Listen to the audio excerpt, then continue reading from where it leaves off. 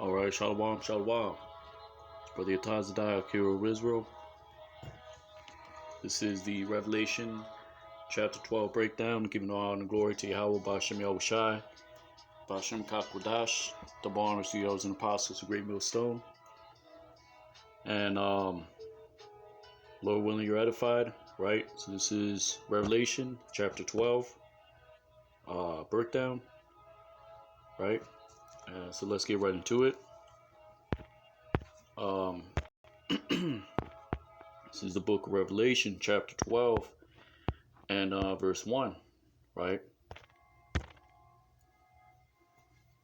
Revelation 12 and 1, and there appeared a great wonder in heaven, a woman clothed with the sun and the moon under her feet, and upon her head a crown of 12 stars, right? So what does the woman represent? The nation of Israel, right? Which is also known as the bride, right? Because let's get that precept. Salakia. Jeremiah chapter 6 and verse 2. I have likened the daughter of Zion to a comely and delicate woman, right? And you also have, right? What is it? Bride was prepared, the daughter was gone, which is this is Salakia.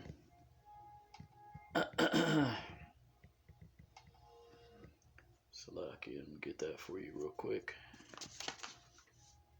This is the book of Revelation, chapter 19 and verse 7, right? Revelation 19 and 7. Let us be glad and rejoice, give honor to him, for the marriage of the Lamb has come, and his wife had made herself ready, right? So you have two different references unto the nation of Israel, comparing it unto a woman, right? You also have things like the wife of thy youth, which is the law, statutes, and commandments, the customs, right? The high holy days, right? You have the wife, right? Which is called, right? The wife of the covenant, right? Which is part of that oath that the Israelites made, right, in the wilderness, right? Our forefathers, right? Abraham, Isaac, and Jacob, right? You also have wisdom is compared unto your kinswoman, right? But the point is, right, Revelation, chapter 12 and verse 1, right? That woman clothed with the sun and the moon is Israel, right? And right, technically it's also concerning, right, Mary, the wife of Joseph, right? So that's what it's talking about as well, right? The great wonder in heaven, right? Clothed with the sun and the moon, which represents wisdom and understanding, right? Right, upon her head a crown of 12 stars, right? You also read about that in the book of Genesis, right? That the well, let's get that. I don't want to mangle it. Joseph, right, was revealing his dream, right, to his brethren and his father, right? So this is let's get that.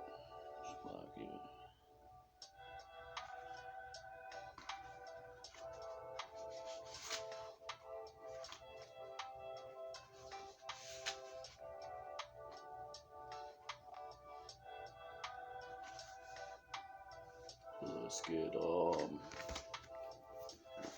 this is the book of Genesis. Let's get that real quick. Captain guard. Salakia.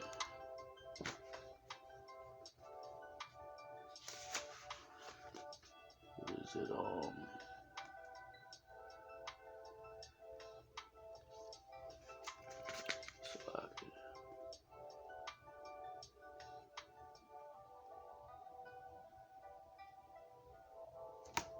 This is the book of Genesis, chapter 37, and verse 3. Now Israel loved Joseph more than all his children, because he was the son of his old age, and he made him a coat of many colors. When his brethren saw that the father loved him more than all his brethren, they hated him and could not speak peaceably unto him.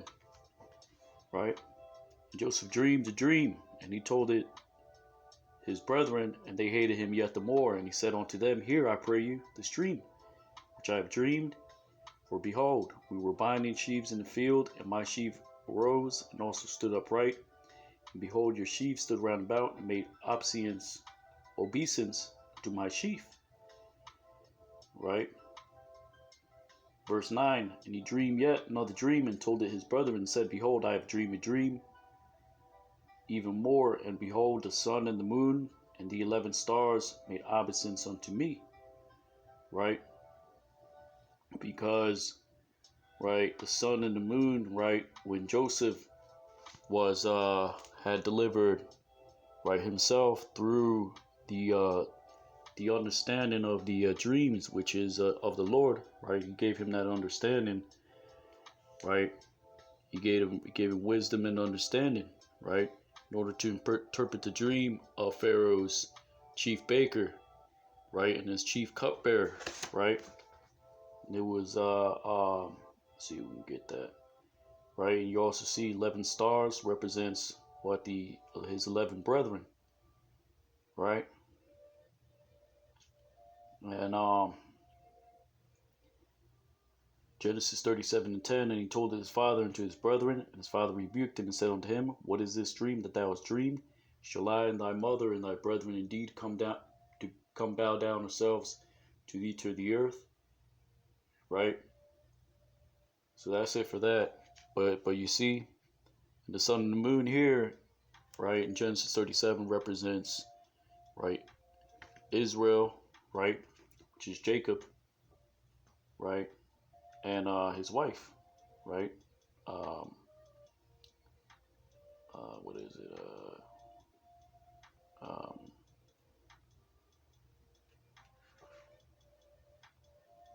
I believe that's Rebecca, because Rachel died in chapter 35, right?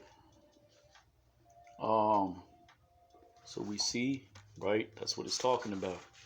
Now let's go to the account where Joseph interprets the dream, right? Actually, let's get that in the or interlinear Hebrew, Greek, English Bible, right? Because right, let's get that real quick. I don't want to waste too much time on this. Just get right to the point, right? Because this is what these revelation breakdowns are about. Getting right to the point, right? Like I brought out in previous videos, right? Make it as cohesive as possible, right? So it sticks, right? So, right, those can receive it, right? And go out and teach, right? This is the book of Exodus. Let's go down to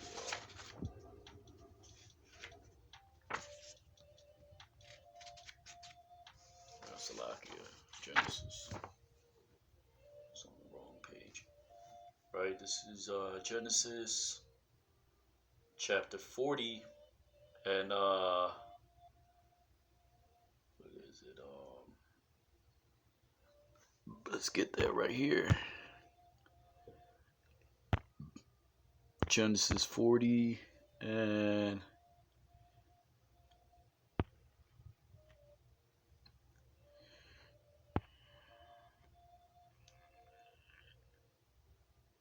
Genesis chapter 40 and 6. And Joseph came unto them in the morning and looked upon them, and behold, they were sad. And he asked Pharaoh's officers that they were with him in the ward of his Lord's house, saying, Wherefore look ye so sadly today? He said unto them, We have dreamed a dream, and there is no interpreter of it. Right? Which is to interpret is pathar, right? To interpret or to solve, right? Right, which is Salakia. Let's right, finish reading this verse. And Joseph said unto them, Do not interpretations belong to God? Tell me then, I pray you, right? So the sun and the moon, right? Wisdom and understanding, right? Something else right here. Get this real quick.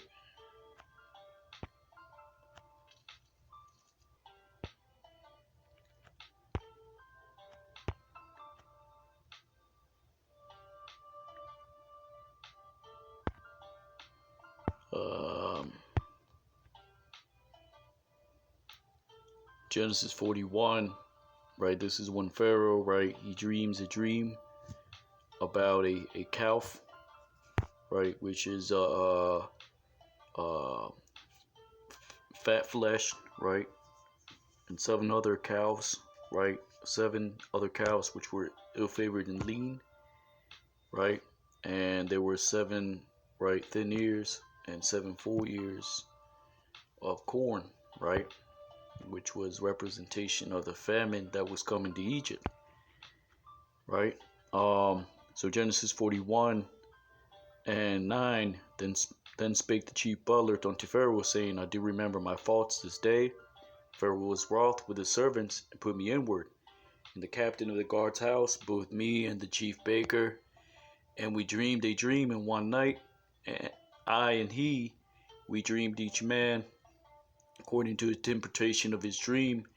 And there was there with us a young man in Hebrew, servant to the captain of the guard, and we told him, he interpreted to us our dreams, to each man according to his dream did he interpret.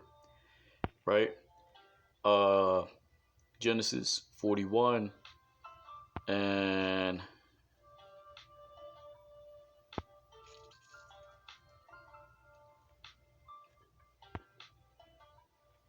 let's just read on down. Let's get to the point.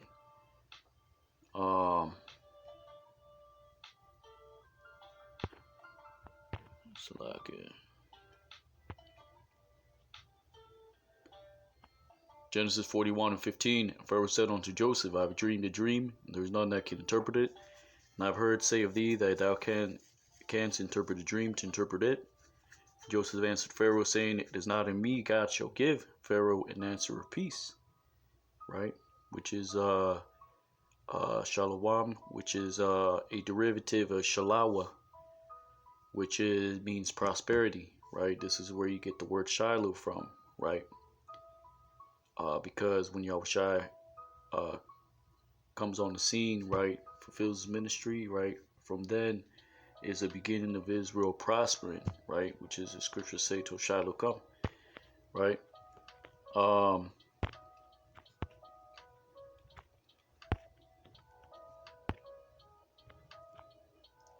know it got right, Genesis 41 and 3, right. Here's the point, right? Genesis 41:32. For that dream was doubled unto Pharaoh twice. It is because a thing is established by God. God will surely bring it to pass. Now therefore let Pharaoh look out a man discreet and wise, and set him over the land of Egypt. Right? Right. So let's scroll down. Right. Shoot, there's no such discreet and wise. Right. Genesis 41 and 38. And Pharaoh said unto his servants, Can we find such a one as this, a man in whom the Spirit of God is? Right. Right. So what is? All right. Let's get Genesis 41 and Genesis 41 and 38. What does it say?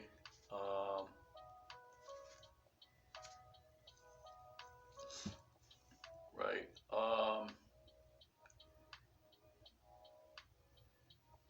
So the word for what is it, 39? 39, right? Genesis 41:39, right? Discreet and wise, right? Discreet, the word for discreet is bayan, meaning understanding, right? Wise, for the Hebrew is hakam, right? Wisdom and understanding. So that's what it's about, right? This is how Joseph interpreted the dreams by the Spirit of the Lord, right? Isaiah 11:1, right? Which was given to him of Yahweh Bashem Yahushai, right? Which is right. It represented Jacob and his wife, the sun and the moon, and the stars represented the children of Israel, right? But Joseph was given, right, that understanding, right, as well, right? It was given to him in that as an allegory, right, as a similitude, right, in order to show unto Pharaoh, unto his brethren, right, that these things were of the Lord, right, which is why, right, the sun and the moon, right, and you read that as well in Revelation chapter 12, right. So there you go, right. Playing upon tables, right. Uh, let's go back to Revelation chapter 12.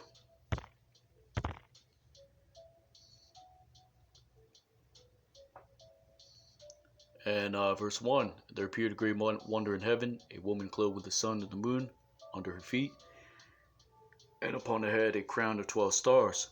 And she being with child, cried travailing in birth, and pain to be delivered. Right? It's talking about Yahushua Mashiach. Right? And it also represents what? The nation of Israel. Right? Because, right, during the time when right, Israel was under the subjugation of the Roman Empire, right?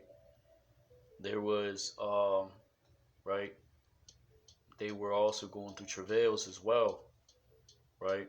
Like you read in verse 3, and there appeared another wonder in heaven, and behold, a great red dragon, having 7 heads and 10 horns, and 7 crowns upon his head, right? The great red dragon is what? The Edomites, right? And the red dragon, that represents what? The Roman Empire, right? Which was during that time, right? They had subjugated Jake, mainly the 3 tribes, right? Judah, Benjamin, right, and Levi, right? Well, really, it was Judah, Benjamin, Simeon, because the Levites they're scattered everywhere in Israel, pretty much, right? So these were the 3 remaining tribes, right? And the Lord, right, right, had put the Spirit on John the Revelator to put these visions, right, as they were written, right, because, right, they go hand in hand, right. So the woman represents Israel, but it also represents, right, the birth pains that Jake was going through, right, under the Roman, right, Empire, right, because there was persecutions, right. Esau was still, right, ruling with a heavy hand, right. The 7 heads is what? The 7 kingdoms throughout time, right, that Esau, right, would rule through, right. 10 horns, right, is the NATO in EU, right. Um, right. So that represents Israel and travail. Why? Because you read about it in the book of Luke. What is that? Luke chapter. Let's get that in the book of Luke. Right. So not only was there, there's a lot of travail, right? A lot of persecutions going on, even, right, during the time of Mashiach Yahushai, right? Because Herod heard that the Messiah should come, right, out of Bethlehem, right? His star was seen in the east, right, which was a chariot, right? The wise men, right, were sent unto him, right, because they were looking for Mashiach Yahushai, right?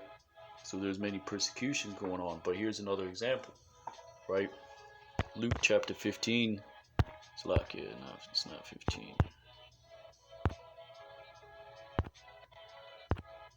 Um,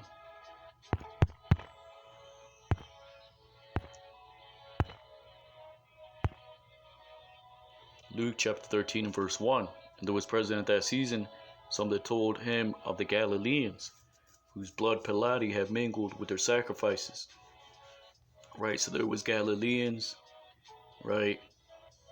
This isn't talking about Pilate, right? This was a let's get that real quick. Right? Salakia.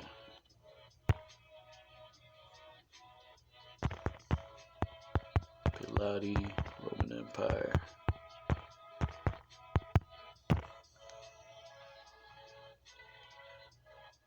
Right?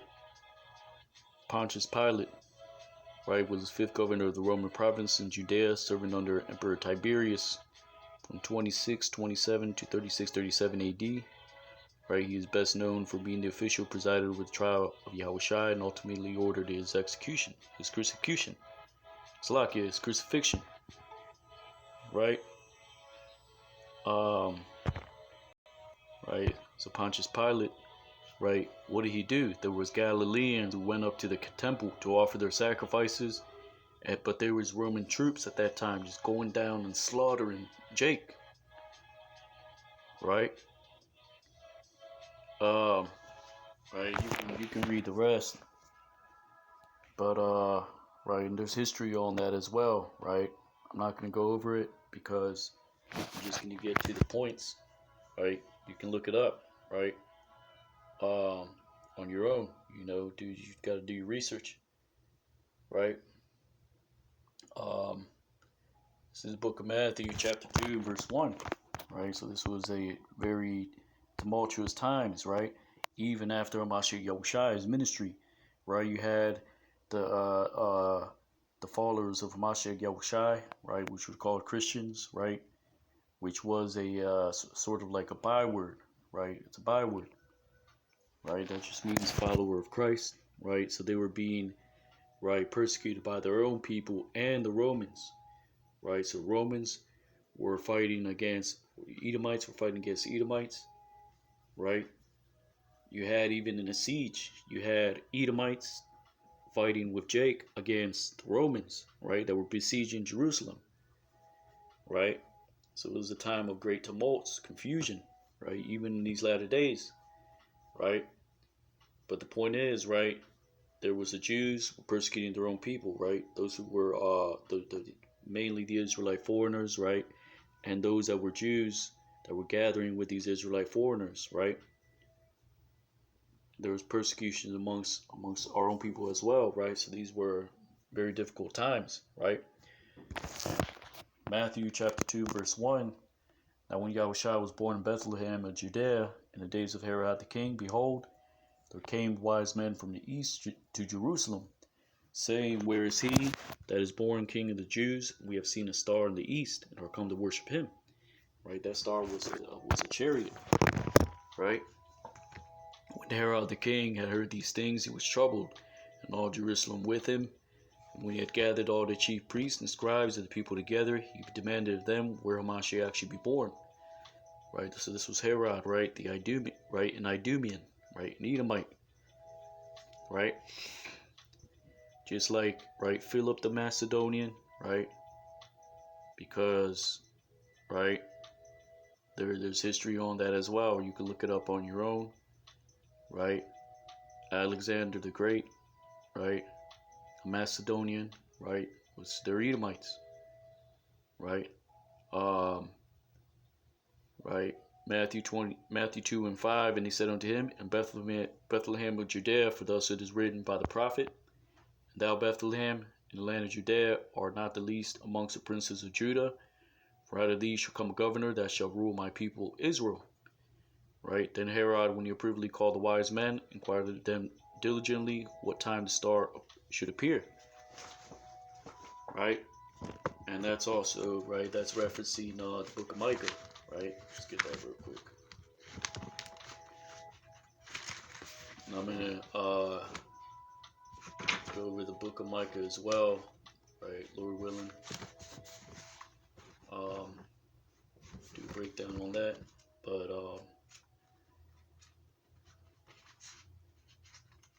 let's just get right to the point.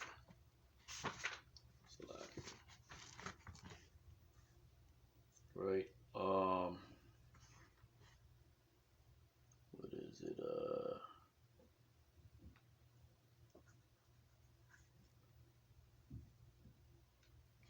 Micah chapter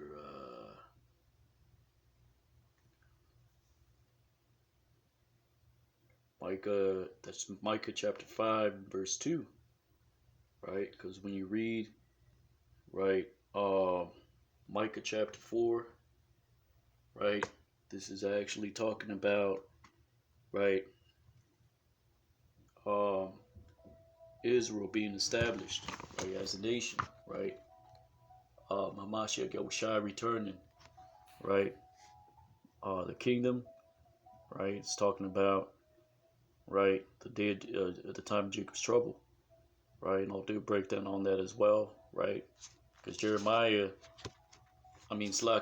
chapter 4 and right, verse 6, right, it's talking about, right, the remnant, right, being delivered out of Jacob's trouble, right? Right, the return of Mashiach Yahushua, right, the kingdom given to the elect, right? Right, so let's get that Micah chapter 4 and verse 9. And now why dost thou cry out loud? Is there no king in thee? Is thy counselor perished? Or pangs have taken thee as a woman in travail? So this happened back then, right? Which is referencing Revelation chapter 12, right? Verse 1 and on down, right? So, right, Israel was going through birth pains, right? Because it was the coming of the Messiah, the coming of the destruction of Jerusalem, right? There was no, right? There was no king as of yet, right? Is thy counselor perish, right? Pangs have taken thee as a woman in travail, right? Micah 3 and 10, be in pain and labor to bring forth, O daughter of Zion, like a woman in travail. For now thou shalt go forth out of the city, and thou shalt dwell in the field, right? What is that referencing? Coming out of Jerusalem, right? The desolation, right? Of abomination, right? Spoken of by Daniel the prophet. Mashiach Yahushua prophesied about it as well, right? Coming out of the city and dwelling in the field, right? Because ultimately, Jake, right? What happened? Deuteronomy 28:68, right? They were brought into Babylon, right? For hardcore slavery, right? So it says, and thou shalt dwell in the field, and thou shalt even go to Babylon, right? There shalt thou be delivered, for the Lord shall redeem thee from the hand of thy enemies, right? The elect, right? Northern and southern kingdom, right? Micah 4 and 11, now many nations are gathered against thee that say, let her be defiled. Let her eye look upon Zion, but they know that not the thoughts of the Lord, neither they understand his counsel, for he shall gather them as the sheaves into the floor, right? That's talking about, right? Same thing you read about in the book of Revelation, right? What does it say? Revelation chapter 14 and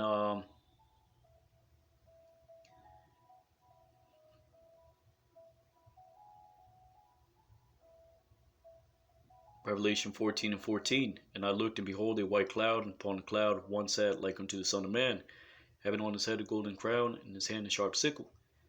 Verse 16. And he that sat on the cloud thrust in the sickle in the earth, and the earth was reaped. Right? It's talking about the remnant being caught up, right, into the heavens, right, by the chariots, right? Right, the return of Hamashiach Yahushua, right? Because the Son of Man is Yahushua, right?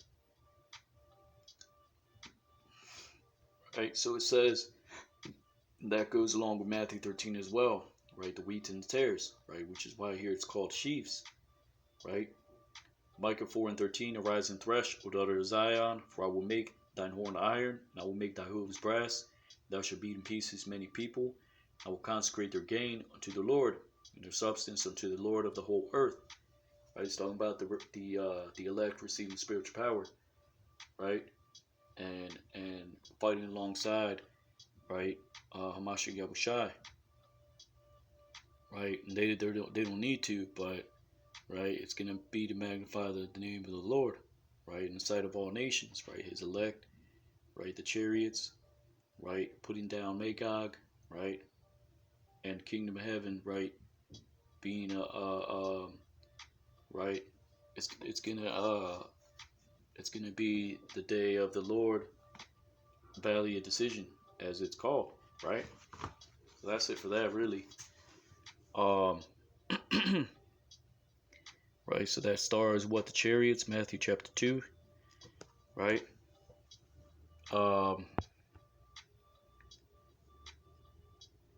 Matthew 2 and 9, when they had heard the king, they departed, and lo, the star which they saw in the east went before them till it came and stood over where the young child was. Right? When they saw the star, they rejoiced with exceeding joy. Right? When they were come to the house, they saw the young child with Mary and his mother, and fell down, worshipped him. And when they had opened their treasures, they presented unto him gifts, gold, frankincense, and myrrh. Right, so they're warned of the Most High in the dream, right, to depart another way, right. And what did Herod do? Right, um, right, right. Matthew 2 and 16, right. Then Herod, when he saw that he was mocked of the wise men, was exceeding wroth, and sent forth and slew all the children that were in Bethlehem, and all the kids that were up from 2 years old and under, according to the time which he had diligently inquired of the wise men. Right? Then was fulfilled which was spoken by Jeremiah the prophet, saying, in Ramah there was a voice heard, lamentation, weeping, and great mourning. Rachel weeping for her children, and would not be comforted because they are not. Right? And right, Joseph fled with his wife and Yahushai into Egypt. Right? Until Herod had died. Right? Right? So that's the point, right? Israel was under great travail, right, during that time. Right? You had, right, a lot of rebellion. A lot of the Jews were rebelling against the Romans as well, right? And there's history on that as well, but I'm not going to touch on that right now, right? The point is, right, that there is a lot of dissension in the air, right? Just like in these latter days, right? Jeremiah, or Slakia, I got that already. It's Book of Matthew, chapter 11, verse 2, right? Through the power of Spirit of Yahweh Bashem Yahushai, Bashem Kakwadash, Matthew 11 and 12, Salakia. From the days of John the Baptist until now, the kingdom of heaven suffered violence, and the violent take it by force, right? The kingdom of heaven is what? The Israelites, right? Suffering violence, right? The violent taking it by force, right? The Romans, right? Suffering violence, because I read these with these precepts, right? Violence at the hand of the enemy, right? And even until this very day, right? The violent take it by force, right? Because Israel is spoiled, plundered, right? It's become a prey, right? It's become a spoil, right? Till the Lord intervenes, right? And delivers, right? His elect, right? This is the book of actually let's go back to Revelations, right? And it's Revelation, right? Chapter 12 and verse 4. And it still drew the third part of the stars of heaven, did cast them down into the earth, and the dragon stood before the woman, which was ready to be delivered, for to devour her child as soon as it was born. right? The third part of the stars of heaven is, I just read what the kingdom of heaven was, right? This does not the scripture say the kingdom of heaven is within you, right? The 12 stars are the 12 tribes, right? The 3 stars are the remnant, right? Northern kingdom was in the Americas already, right? Cast them down to the earth, right? Meaning the Romans subjugated, right? Um, Israel, right? So it says, um, and the dragon stood before the woman, which was ready to be delivered, for to devour a child as soon as it was born, right? And that's what I read about Herod, right? Seeking, right, to destroy Yahushua before he had been brought forth. Jeremiah chapter 12 and verse 5, and she brought forth a man child who was to rule all nations with a rod of iron. And this child was called up to God and to his throne.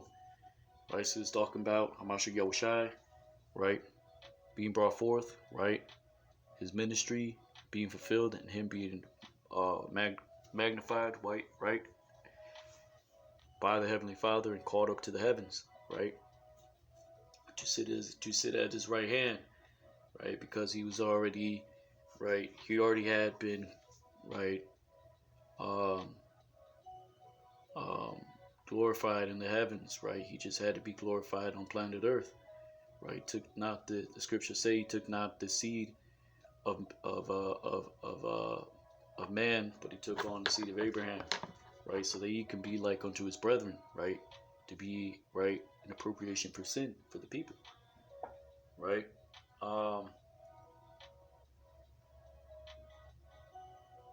Let's get that real quick, actually. Let's get the book of Romans, Salakia, Hebrews. All right, what does it say?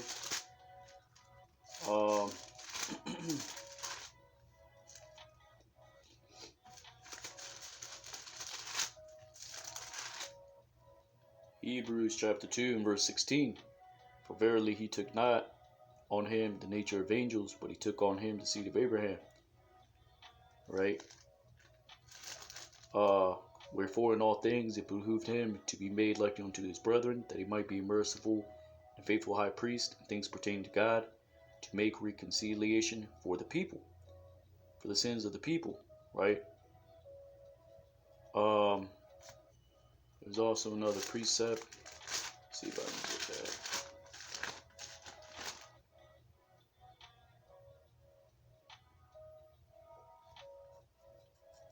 That's it actually for that. What's that? Hebrews.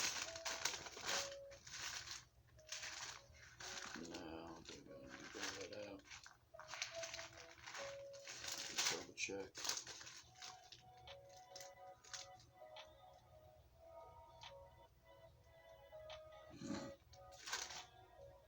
Yeah, that's it for that. Right? So there you go. Right? He was called up to the Most High to sit on his throne. Right? And so Revelation 12 and 6. Right? Um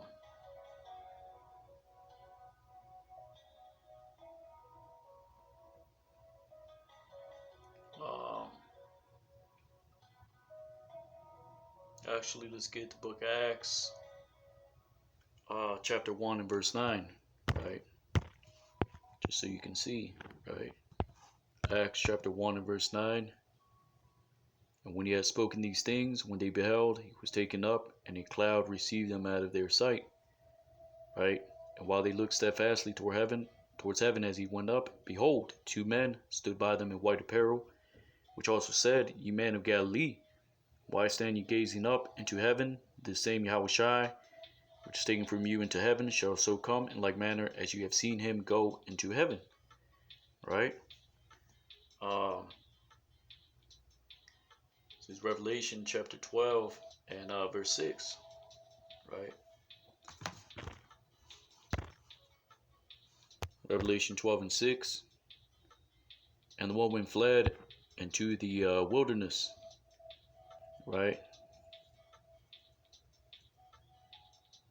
When she had a place prepared of God, that she should feed, they should feed her there 1,000 1,206 score days, right? That's 1,260 days, right? Which is 350 years, right? From the time that Jake, right, was brought into the Americas, right? Sold as bond men as bond women on slave ships, right? The Southern Kingdom was in hardcore slavery, right? Around that time, right, there was thousands, millions and millions of Gadites slaughtered, right? The Northern Kingdom was in the Americas, right? You had the conquistadors, right, slaughtering countless and countless of the Northern Kingdom, right? And right, so the woman fleeing into the wilderness, right, um, right, and also when it says Revelation 12 and 4, right, because right, not only was Herod ready to devour, right, Yahushua as soon as he was born, but the Romans had compassed the armies, right? Jerusalem, right, was the desolation was nigh, right? So when that happened, what did the woman, right? Because so this is following this is in chronological order, right? So his tail drew the third part of the stars of heaven, right? Cast them down to the earth, meaning the Romans subjugated Jake, right? These three tribes that were in there: Judah, Benjamin, Simeon, right? Because the Levites are scattered everywhere. And the dragon stood before the woman, which was ready to be delivered, to devour her child as soon as it was born, right? This is talking about Herod persecuting, right? Uh, Seeking to put Yahushua to death before he was born. But this is also talking about, right? Uh, the armies compassing, right, Jerusalem, right, in 70 A.D. to destroy it, right? And she brought forth a man child who was to rule all nations with a rod of iron, and her, right, her child was caught up to God into his throne. So, right before the desolation came, Yahushua had to be brought forth, right, fulfill his ministry, right, then had to be magnified, right, right, um, glorified by the Lord, right, and then was caught up into the right into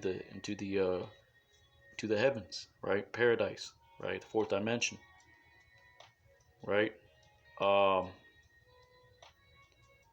right. So when all these things happen, what happened after that, right? The desolation was had to come to pass as well, right? The temple had to be destroyed, right? In order for there to be a raising up of the third temple, which is the elect, right? So Revelation 12 and 6, the woman fled into the wilderness where she had a place prepared of God, right? So these three precepts are in chronological order, right? Yahushua was brought forth, right? He fulfilled his ministry, called up to God, right? The Romans compassed Jerusalem, right, for the desolation, right, was there, had came to pass, and what happened? The woman fled into the wilderness, meaning Israel fled into the interiors of West Africa, right, and other parts of the earth, right, which is why you still have a remnant there today, right? Isaiah 11:11, right? So the wilderness represents West Africa and the interiors of West Africa and these other parts of the earth where there was a scattered diaspora, right? That they should feed her there 1,203 score days, right? So 1,203 score days is 42 months, 3.5 days, 350 years, right? It all goes hand in hand, right? You can watch the previous video. I mentioned that as well in the chapter 11 breakdown, right? Revelation 12 and 7, right? So the 1,260 days, right? 1619, 1970, right? So during that time, right, chronologically speaking, right, Jake was in subjugation in the Americas, right? Northern and Southern Kingdom was there together, right? Leading up to 1970, right? Truth come out of One West, right? And even in these at these current times, right? We still have certain prophecies that have to come to pass. The Charagma, right? The third woe, right? And what's going to happen? Mashiach Yahushua is going to return, right? There's going to be war in heaven, right? Like it says here in verse 7, right? So that's towards the end of the 1,206 core days, right? Which is right when the last of the prophecies come to pass, right?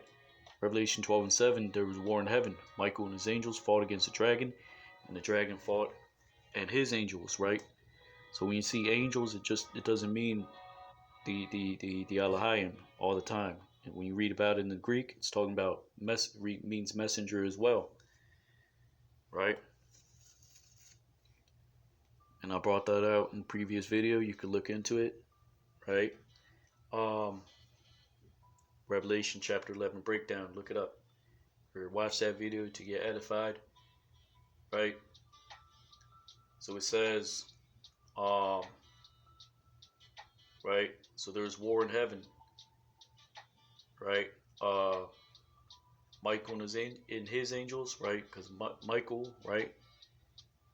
He's the right under Yahushai, right? And the angels, they're gonna fight against the dragon, which is Esau, right? Mainly, right? So when you read red dragon or dragon, sometimes it's referencing Esau, sometimes it's referencing the Roman Empire, and sometimes it's referencing, right, the revitalized Roman Empire, and it also represents his army, right? His military, right? So it says, and the dragon fought and his angels, right, which is Esau and his military, right? Because his military is the angels, right? Right. The dragon is what the Roman Empire, right? So this hasn't happened yet, right? Daniel 12 and 1, right? The great Prince Michael, he's gonna stand up. And Michael's not Yahushai, right? There's seven angels, the seven, right? The seven angels, right? The seven spirits of God, or the seven holy angels, right? And right, seven, right? That represents the seven spirits of God, which are, right, his ministers that are flames of fire, right? So they're all his ministers, right? But there's times when it references, right, like in Tobit chapter 12 and verse 15, right? There's seven holy angels, right? Let's get that real quick. This is the book of Tobit, chapter 12 and verse 15, right? Let's get that. So like it. Tobit chapter 12 and verse 15. I am Raphael, one of the seven holy angels, which present the prayers of the saints, and which going out before the glory of the Holy One. Right?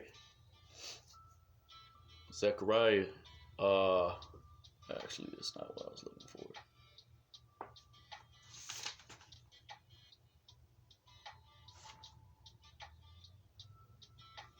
Zechariah chapter, yeah, actually that's it. Zechariah 4 and 10.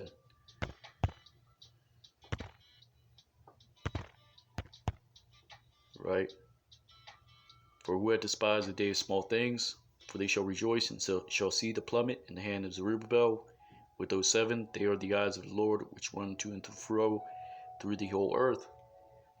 Right? So this represents seven holy angels, but it also represents the angels, right, that do the Lord's will, right, whether on the left hand or on the right, right, his ministers that are flames of fire, right.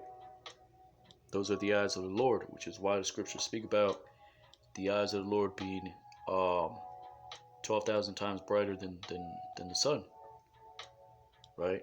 Let's get that. Sirach 23 and 18.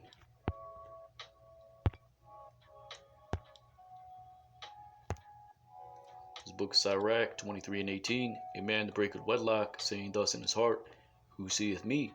I am compassed about with darkness, the walls cover me, and nobody seeth me. What need I to fear?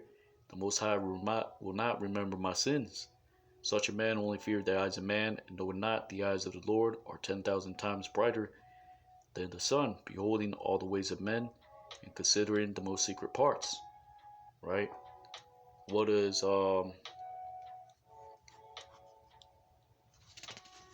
right? What does 10,000 mean? right? 10 represents, right, completion, right? A complete amount. The complete amount of Yahweh Bashem Yahushai is his armies, right? Which is why they go to and fro throughout the whole earth, right? In the spiritual realm, right? Revelation 5 and 10, 5 and 11. I beheld and I heard the voice of many angels round about the throne, and the beasts and the elders, right? The number of them was 10,000 times 10,000, thousands of thousands, right? Which is why 10 is used here, right? But anyways, right, so Revelation chapter 12 and verse 9, verse 7, right? Let's go back to Revelation 12 and 7. Revelation 12 and 7. There was war in heaven. Michael and his angels fought against the dragon, and the dragon fought and his angels. Revelation 12 and 8. And prevailed not, neither was a place found any more in heaven. Right? You can read Ezekiel 37, right? Ezekiel 38, right? Because after that, right, the Israelites, right, the elect are going to go gather the weapons of war, burn them, right? There's going to be a great burial, right? There's going to be continual employment for you heathens, right? To bury all the dead Edomites, right? All those that partake in the armies in Armageddon, right?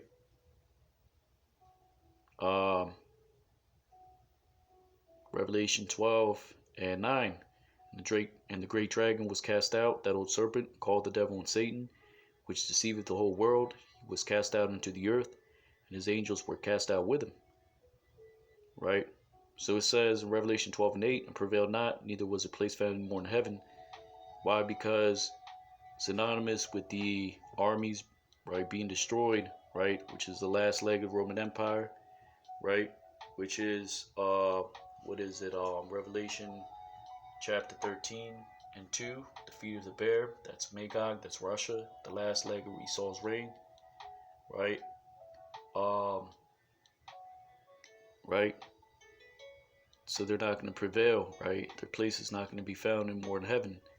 Meaning, right, heaven is representing a rulership, right? Right now we're in Esau's heaven, right? The kingdom of heaven for the Israelites is, right, when the rules are reversed, right? This is Esau's heaven. This is our hell.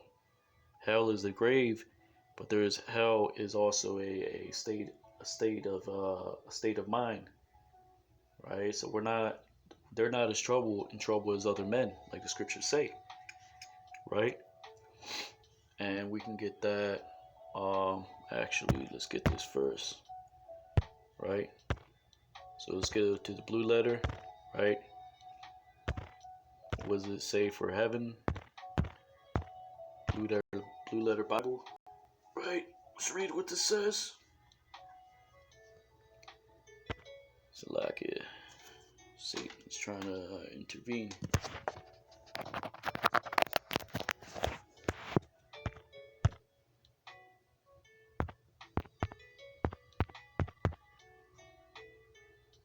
See, that's Satan talking on the phone. He is, right? I rebuke you, Satan, in the name of Yahweh Bashem Yahushai.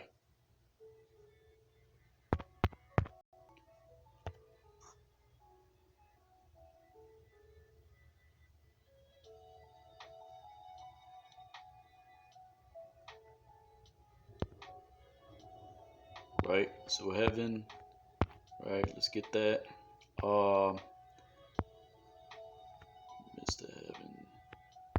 Heavenly from heaven, there sky. I think this one, oh, here it is. Salakia. Right, so there's different heavens that are referenced in the New Testament, right? Just so you can see, right? This is Strong's G 932.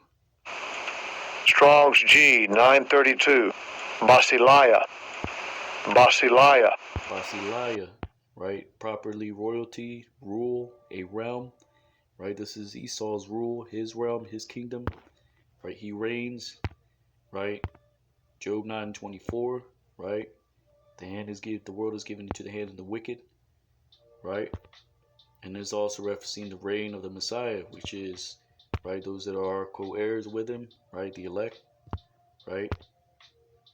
That is, if we are of that number, right? So we call ourselves the hopeful elect, right? We get double honors to the elders and apostles of Great Millstone, right? We're not part of the GMS camp here at Hero Israel, but we follow their doctrine, right? The Wadi Yahweh Shem Shai for elders and apostles, right?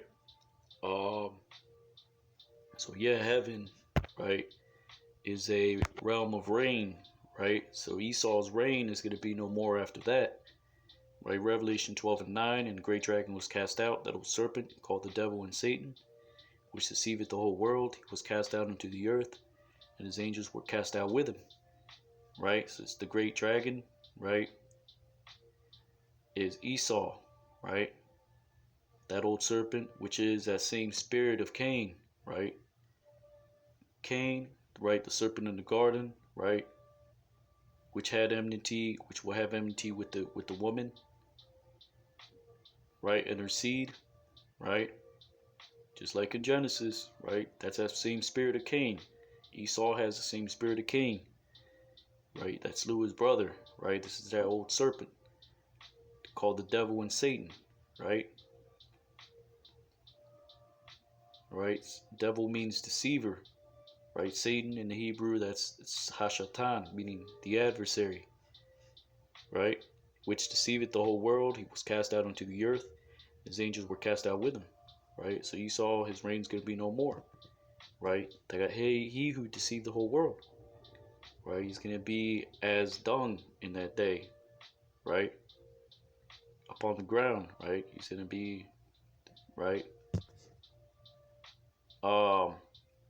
And his angels, meaning his armies, right, were cast out, right, meaning cast out of the rulership, right, into the earth, and actually cast out, literally being brought down, right, bow down. Salakia, that's not part of the lesson, right?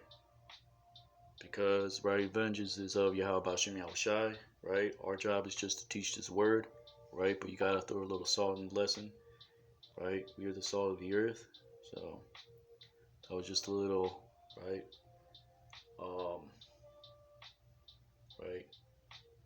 Really, we don't have to do a damn thing, right? That's all of the Lord, right? We're powerless in this society, right? Okay, we can't even save ourselves, right? This is about faith.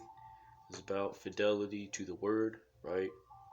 Going out and teaching, right? For those who can, right? Revelation 12 and 10. And I heard a loud voice saying in heaven, now has come salvation and strength and the kingdom of our God and the power of his anointed. For the accuser of our brethren is cast down, which accuse them before our God day and night. Right? The accuser of our brethren, right? Which is why Esau is calling us, right, so-called black Hebrew Israelites, so-called, right, racist, right? Racist just means you are for your people, right? Which is what every nation under the heavens should be, for their own people. That's the natural order of life, right? Does not the law says to love your neighbor as yourself, right? That's talking about us, the Israelites, and the seed of Israel, but that applies to you nations as well, right? See, in the kingdom of heaven, right, there's gonna be the nations will be under the law, right? And this is gonna work out, right? This is why the law was given to us first, right? Because we're in the law is gonna come out of Jerusalem, right? They're gonna love their neighbors as themselves, right? Meaning, right, there's not gonna be none of that confusion, right? Right. So the accuser of our brethren is cast down, right? Which accuse them before our God day and night, right? So let's get Revelation 12 and 9, Strong's for devil, right? Revelation Revelation 12 and 9. Let's see if we can find something there. Right, because the Lord is dealing with the spirit. Right, it's not about how you look. Right, because yeah, the so-called Black, Hispanic, Native Americans, we are the Israelites. Right, we are the chosen. Right, the chosen seed. Right, right, Abraham, Isaac, and Jacob. But you have our people that mingle themselves amongst these other nations as well, right? So you have some that look like Edomites, Hamites, Arabs, right? But our people don't understand, right? They're destroyed for lack of knowledge, right? Right? And they follow, right, their own belly, right? They don't seek the word of the Lord, right? Which is why 2/3 got to be destroyed, right? Revelation 12 and 9, right? Diabolos, traducer, false accuser, slanderer, right? That's what Esau does. He's right, slanders, opposing the cause of God, right?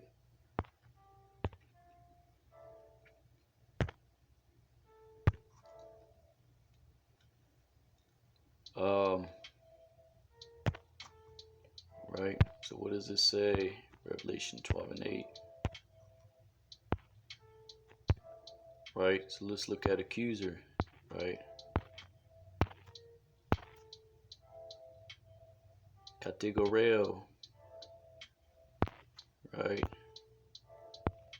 Plaintiff, charged with some cause, with some offense, accuse, right? Right. An accusation,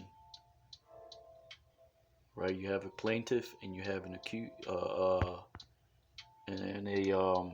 plaintiff, right, which is the accuser, which is one that's bringing the charges, right? And you have a defender, right, or something to that effect, right? But anyways, Revelation 12, where am I? 12 and 11.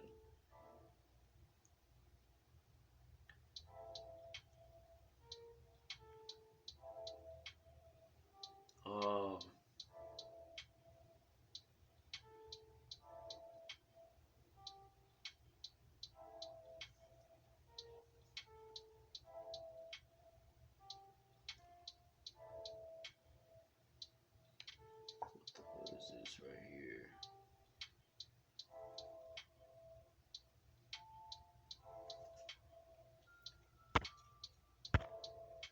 Salakia.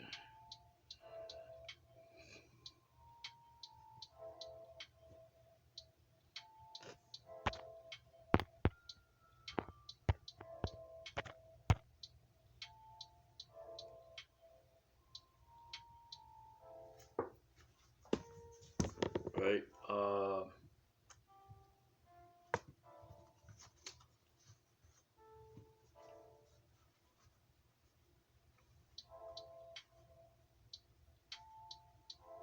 Yeah, that's actually it. Probably another lesson. Right. So let's go back to Revelation chapter 12 and verse 9. Right. Salakia, Revelation chapter 12, verse 11. And they overcame him by the blood of the Lamb, by the word of their testimony, and they loved not their lives unto the death. Right? So what is it? Right. Oh yeah, that's why I was gonna bring that out. Right. So the testimony is what? The word, right? The prophecies, right? The law, right? Which is the two witnesses, the law and the prophets, which is right, testimony unto Esau and the other nations as well, right? Which is why Revelation 11 and 1 says, right, to arise, measure the temple of God and the altar, right? Because through these visions, right, they were going to be our teachers in the latter days, right? Which is why the angel gave John the Revelator a reed, right, which is a measuring stick, right, which is right? The scriptures, right? He said, rise, measure the temple of God, meaning to teach the temple of God and the altar, right? The temple is what the elect, right, which is great multitude, right? The altar is the 144,000, right? Why? Because we are the ones that are bringing out this word in the latter days, right? Offering up ourselves as living sacrifice, right? And them that worship therein, right? So the temple of God is what the elect, the 140, right, the whole body of the nation of Israel, right? Which is going to be a third, right? The altar of the 144,000, right? And them that worship therein, those that receive this understanding, which is a great multitude, right? The temple of God, that's the one third. The one third includes the 144,000, right? The great multitude, right? Those that get delivered out, right? The altar is 144,000. Then that worship therein is a great multitude. Those that, right, are not of the 144,000, right? Because they're going to worship therein by receiving this understanding, right? Right. So you read on down, right? The two witnesses, right? So this is a testimony. This word is testimony uh, against Esau, right? That is right. Like it says in Revelation 12 and 11, they overcame him by the blood of the Lamb, by the word of their testimony, and they loved not their lives unto the death, right? Which is why I was going to bring out um, Hosea chapter 1 and verse 10, right? Hosea 1 and 10. Yet the number of the children of Israel shall be as the sand of the sea, which cannot be measured nor numbered. And it shall come to pass that in the place where it was said unto them, you are not my people, there it shall be said unto them, you are the sons of the living God. Right? Then shall the children of Judah and children of Israel be gathered together and appoint themselves one head, and they shall come out of the land, for the great shall be the day of Jezreel, which is Ariala, right? The seed of God, right?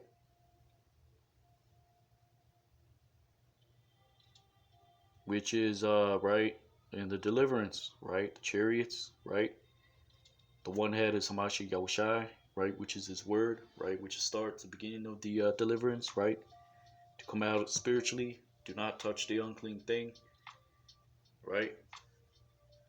Which is why, right, you're gonna have, right, like it says in Revelation 12 and 6, right, that they should feed her there 1,264 days, right?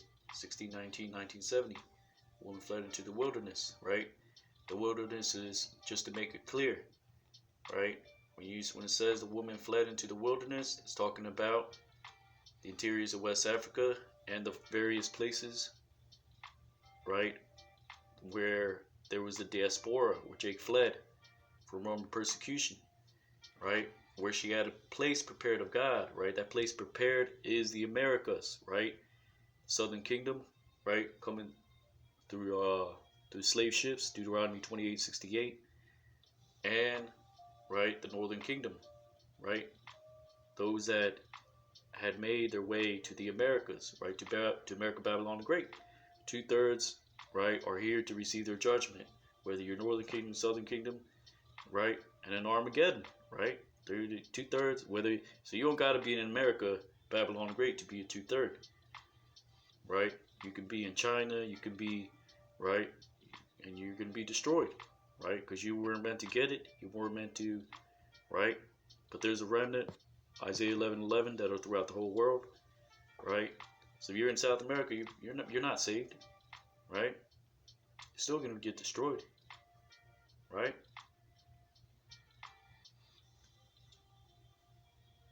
Right? So there was war in heaven, prevailed not, dragon was cast out. Revelation,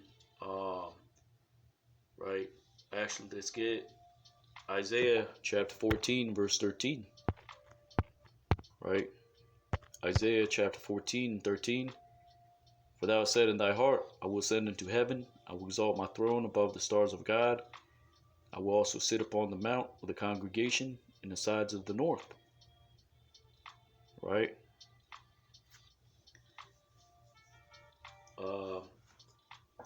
Right? Which is, right?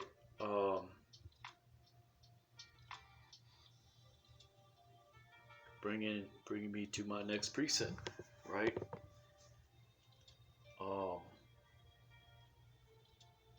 Revelation chapter 12 and verse 12, right? Revelation 12 and 12. Therefore rejoice, ye heavens, and ye that dwell in them. Woe to the inhabitants of the earth and of the sea, for the devil is come down unto you, having great wrath, because he knoweth that he hath but a short time. Right? So when it says rejoice, ye heavens, and ye that dwell in them, right? It's talking about this current time, right? Esau's world, right? Because Esau's world is the end. Jacob is the beginning of it that followeth, right? So Esau, he's ascended. This is his heaven, right? Right, which is why, right, it says, "Woe to the inhabitants of the earth," right? Because he knows he has a short time, right? He's gonna come down with great wrath eventually, right? Increase in 9 righteous decrees, right? Is through his enchantments, through his media, right? Revelation 12 and 13. And when the dragon saw that he was cast into the earth, he persecuted the woman which brought forth the man child. Right? So as the Israelites wake up, right, the nations, right, right, which is why it says Revelation 11 and right, and 11, after 3 days and a half, the spirit of life entered into them, and they stood upon their feet, and great fear fell upon them which saw them. Right, Revelation 11 and 11, right? This is synonymous with what? Esau knowing that he has but a short time, right?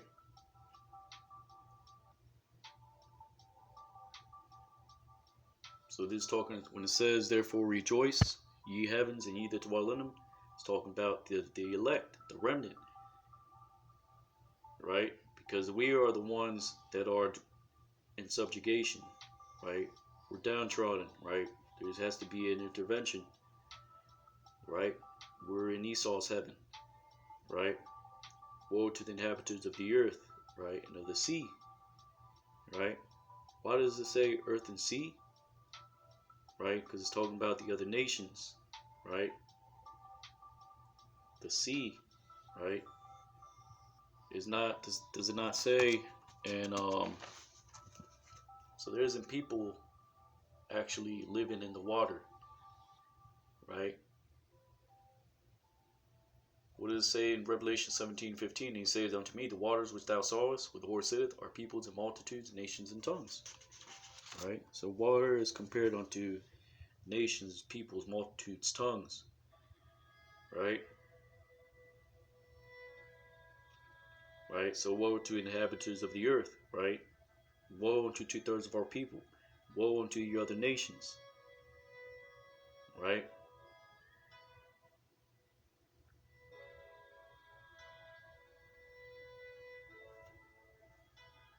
Because, right, you have what? You have 3 classifications: the children of Yasha'Allah, right, which are the children of God. You have the children of the wicked, which is the Edomites, right? And you have the children of men, right? Banadam, which is the other nations, right? The earth, right? It's talking about what, right? Esau, right? 2/3 of our people are going to die like Esau, like an Edomite, right?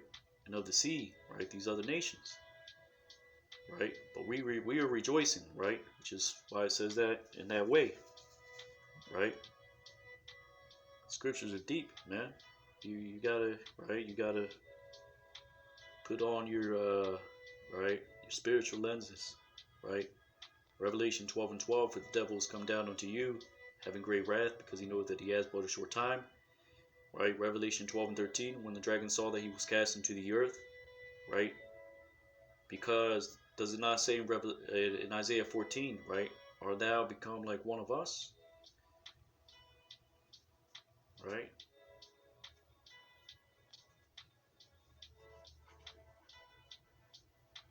Right? And he's being exposed as the wicked. 2 Thessalonians chapter, I believe it's chapter 3. Let's get that. Right? So repetition, right?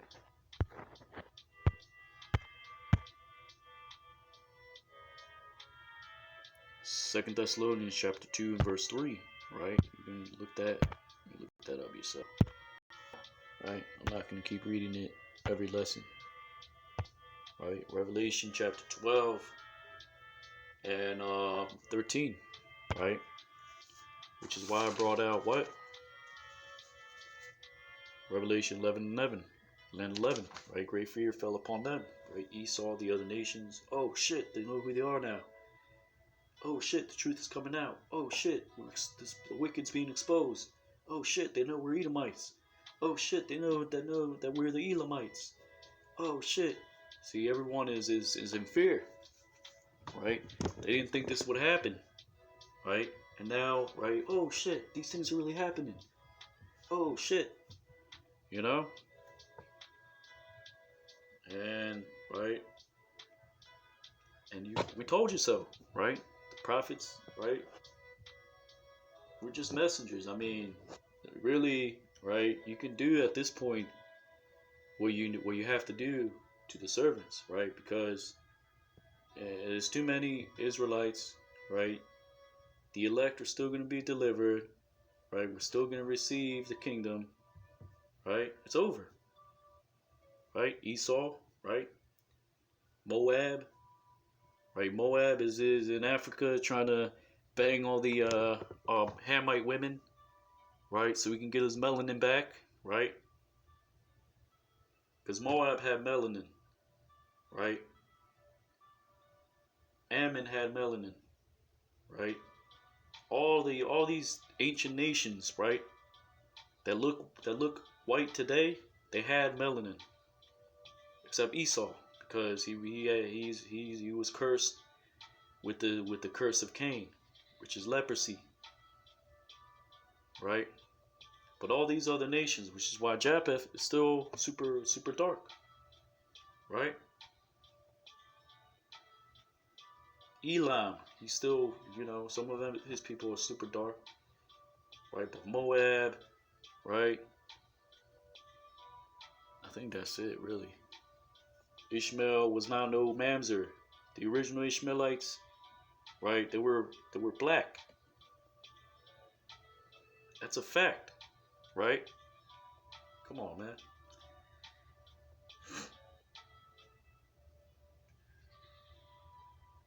Right, so the devil, Revelation 12 and 12, when the dragon saw that he was cast into the earth, Salakia. Why did I say chapter 12? Verse 12. 14. 13.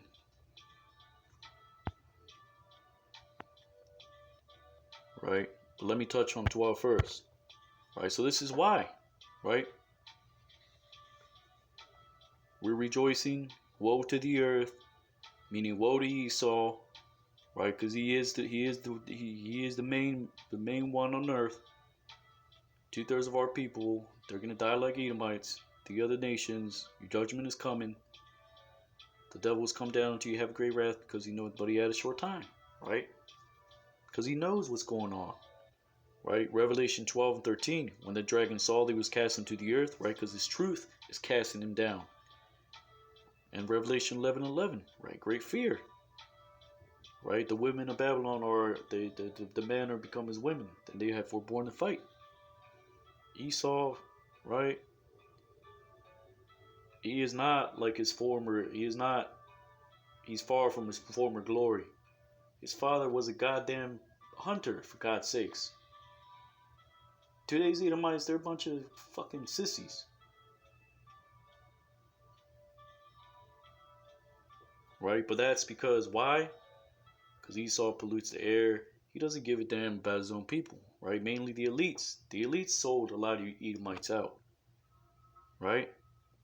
There's and right, you pee on Edomites. You need to get your shit together too, because you know your people are you know the elites sold out this place, right? Ridiculous, man. Revelation chapter 12 and 13. When the dragon saw that he was cast into the earth, he persecuted the woman which brought forth the man child. Right? So that's uh talking about verse 4, right? When Herod tried to, right, put Yahushua to death before he was born. Right? But it's talking about in these latter days as well. Right? Because this truth has to come out, right? Esau, right? This truth is casting him down, right? And he has to persecute the woman, which brought forth the man child, right?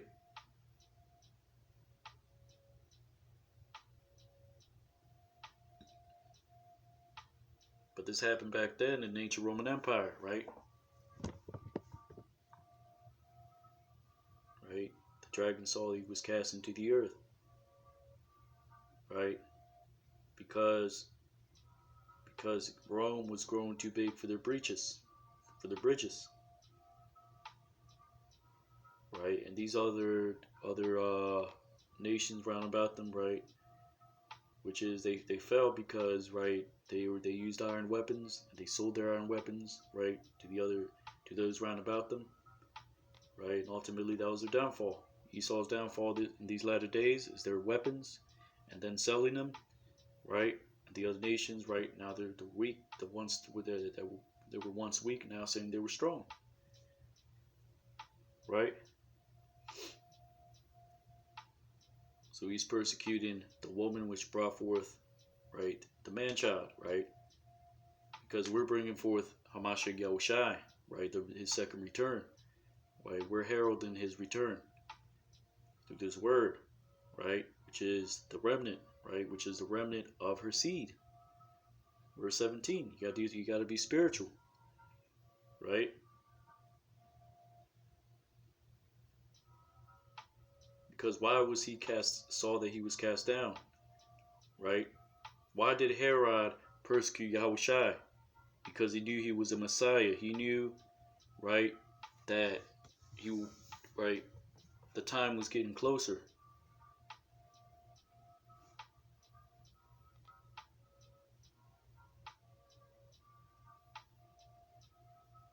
It does not say in Genesis, right? Why is thou wrath? Why is thou countenance cast down?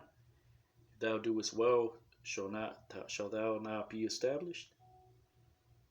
But if you do not do well, then sin lieth at the door, and you will be servant unto it, right? So that's the spirit Esau has. He's a servant unto sin. Sin leads what? To death, right? The dragon saw he was cast into the earth, right? With this truth coming out in these latter days, persecuting the one which brought forth the man child, right? We're bringing forth the words, testimony, right, of Yahushai, which is prophecy, right? Back then, Herod, right, he knew, right, oh shit, the Messiah, right, this and that, right, oh man, we're getting closer to, right, at the end of our reign, we got to do something, right? So he tried to put Yahushua before being put to death, before he was brought forth, right? So Herod knew, right,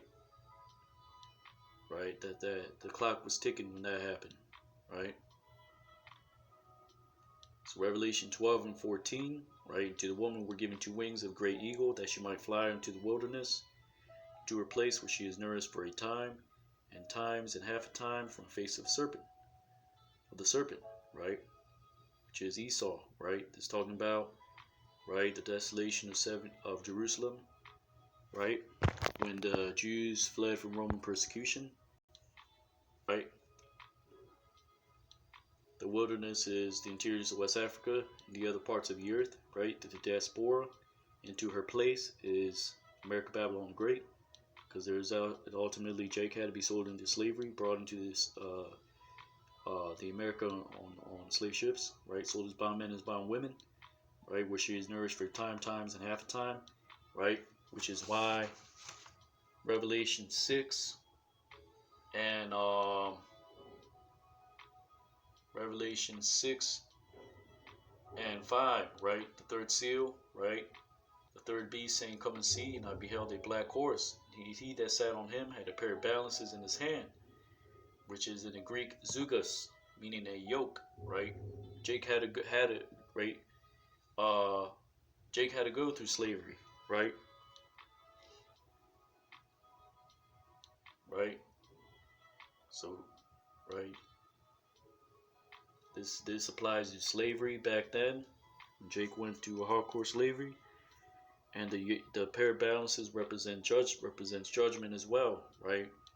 Because we're entering into the time, right, of the black horse, right? Not the third seal, not the first seal, not the second seal, because the first seal is what? Yahweh Shai Mashiach went forth conquering and conquered, right? So it's not in chronological order, right? Like it says in verse 2, right? So that applied to back then and today, right? And then we're gonna, right, the pale horse, right? And then after that comes the pale horse, which is represents what? Calamity, right? You can look up the Revelation chapter 6 breakdown, right? Through the power of Spirit of Yahweh B'Shem Yahweh Shai, B'Shem Kakodash, right? Revelation chapter 12. So Revelation 12 and 14. To the woman were given 2 wings of a great eagle, right? She might fly into the wilderness, into her place, where she is nourished for times, and half a time, right? Which is why Revelation, right, 6 and 5, when you read it, and then you read verse 6, it says, "I heard a voice in the midst of 4 beasts say, a measure of wheat for a penny, 3 measures of barley for a penny, and see thou hurt not the oil in the wine," right? Because Jake back then, right, when he first came into slavery, right, he ate his bread by weight, right? But that's talking about the coming famine in these latter days as well. But anyways, Revelation 12 and 15, right? So Jake was still nourished for times, half time, even, beginning hardcore slavery, right? Even today, but that time, right? There's gonna be a time when all hell breaks loose, right? It's not, we're gonna have to, right? Trust in the Lord, right? Revelation 12 and 15.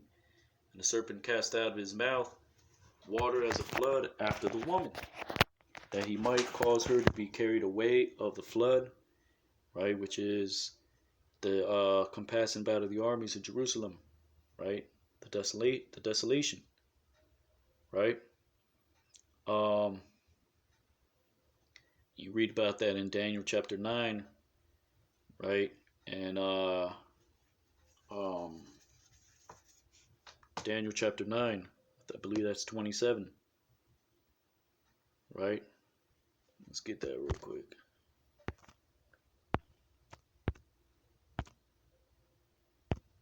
Daniel 9 and 27, right? He shall confirm the covenant.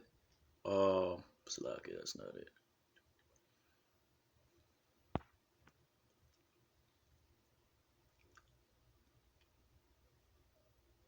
Daniel 9 and 26, right? And after 62 weeks shall Messiah be cut off, but not for himself and the people of the prince that shall come, right? The people of the prince is what? The Roman army, right? Shall destroy the city and the sanctuary. The end thereof shall be with a flood, and unto the end of the war desolations are determined, right?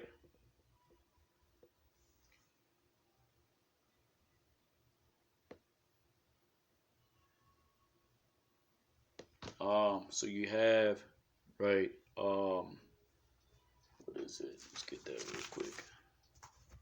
Now that I went into that, just to give you a quick run around on that, right? Slovakia.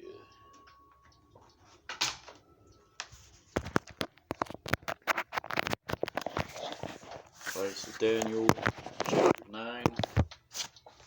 This is the book of Daniel chapter 9 and verse 1. Right? In the first year of Darius, the son of Ahasuerus of the seed of the Medes, which was made king over the realm of the Chaldeans. Right? Chaldea is also known as Assyria, Mesopotamia. Right? This is all that same area. Right? Psalms chapter 83, Asher. Right? That's all that same area. Those are Shemites dwelling there, right? The sons of Aram, all the Elamites, those are Shemites. Fled when Abraham was called out of the land of his people, right? There were Shemites living there, right?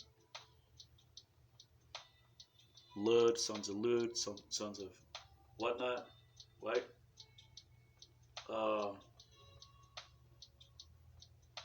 Right, so Daniel 9 and 1, in the first year of Darius, the son of Ahasuerus, the seed of the Medes, which was made king, right? And they're Persians, right?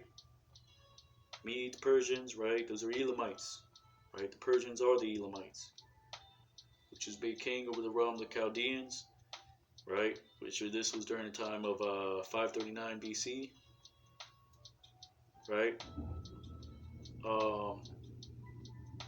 In the first year of his reign, I, Daniel, understood by the books of the number of the years, whereof the word of the Lord came to Jeremiah the prophet, that he would accomplish 70 years in the desolations of Jerusalem, right? Which was from 587, right, BC to 516 BC, right? And right, let's go to Ezra 6 and 14. Ezra 6 and 14. And the elders of the Jews builded, and they prospered through the prophesying of Haggai the prophet and Zechariah the son of Iddo. They builded and they finished it according to the commandment of the God of Israel, according to the commandment of Cyrus and Darius and Artaxerxes, king of Persia. Right? So this is in chronological order, right?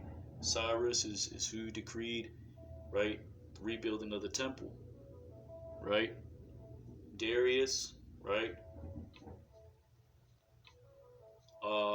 was another king as well, right? But then there was the meddling of the other nations, right? And it was stopped. But then during Xerxes, right? The building, right, of the what does it say, of the city, right, was commanded again, right? So the temple was done, right? But then the walls and everything around it, right?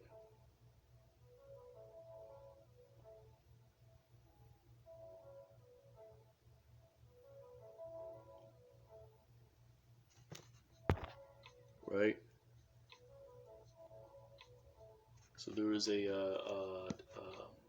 certain things that had to come had to be decreed, right?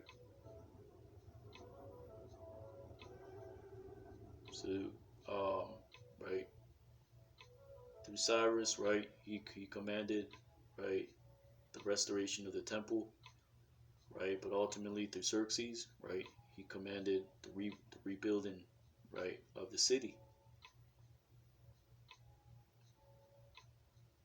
right, and so there were 70 years of being in Babylon, right,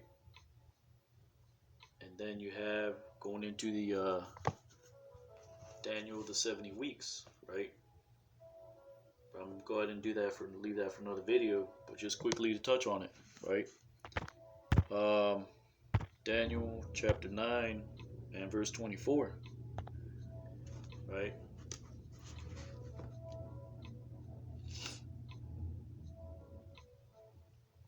Right, Daniel 9 and 24, right? What does it say? 70 weeks are determined upon thy people, upon thy holy city, to finish transgression, to make an end of sins, to make reconciliation for iniquity, and to bring in everlasting righteousness, and to seal up division and prophecy, and to anoint the most holy. Right? The 70 weeks is right, a week is 7 days, right? So like even Shabbat, right? Shabbat, right? That's right, right, you get Shabbat from Shabbai. Shabbai means 7, right?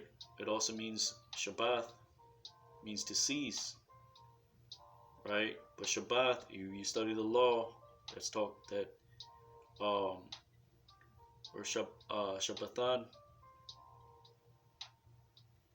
that's referencing a week. Shabbat, right? Because every 7 days, that's a week, right? So 70 times 7, right? It's 490. That's 490 years, right? From the time, right, of 440 BC, right? Which was during the time when, right, right, like it says in verse 25, commandment to restore, right, and build Jerusalem, right, unto the Messiah, the Prince, right. So here's the quick math, right? 470 years, right? Or 490 years, right? So 440 BC. So like 440 BC, right? And you minus 490, right? That's 50 years, right? 440 years before Christ, right? Minus 490, you still have 50 years left. Yahushua started his ministry what? 33, right? 33 years old, right? That's 33, circa 33 AD, right? And then you have what? Right? Because Jerusalem wasn't necessarily, right, exactly at 70 AD. It went down, right? So you have 33 minus 50, right? That would be 17. 33 plus 17, right? That would leave right, 50 AD, right?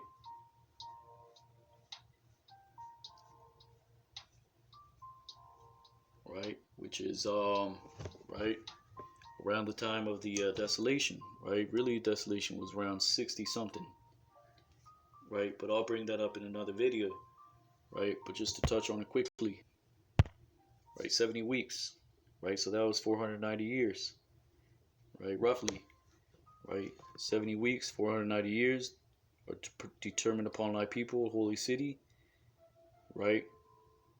So it had to be rebuilt, right? Yahushua had to come on the scene, right? And the right, and he had to be, right, anoint the most holy place, which is him being a living sacrifice, right? And the temple being destroyed, right?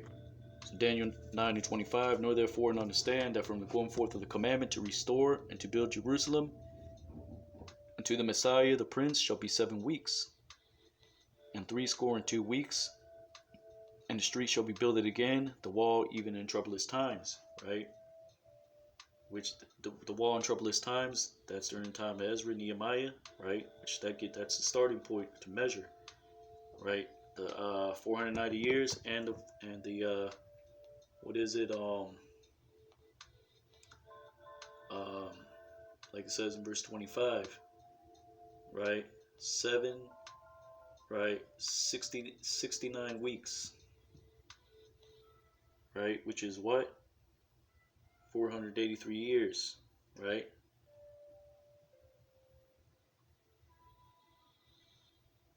So now, right?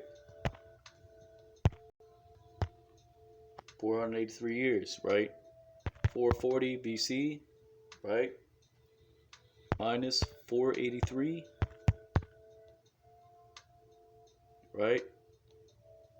Which would leave you, right? 43 years, right? So 440 BC minus 483, that leaves you at 43 AD. That's what's left. 43 AD. Right? That's around the time of Yahushua's ministry, right? Daniel 9:25, know therefore and understand that from going forth with the commandment to restore and build Jerusalem unto the Messiah the Prince shall be 7 weeks and 62 weeks. That's 69 weeks. 69 times 7, right? 483 years. The street shall be built again, the wall even in troublous times, right? That's 440 BC. Time Nehemiah, Ezra, right? And after 62 weeks shall Messiah be cut off, but not for himself, and the people of the prince shall come and destroy the city and the sanctuary. The end thereof shall be with a flood, and unto the end of the war desolations are determined. Right? Which is right? Let's get that real quick. So I clicked on the wrong one. Right, so it says right, Daniel 9:26. And after 62 weeks shall Messiah be cut off, but not for himself. Right? And the people of the prince shall come, and the people of the prince that shall come destroy the city and the sanctuary. The end thereof shall be with a flood, and unto the end of the war desolations are determined. Right? So you have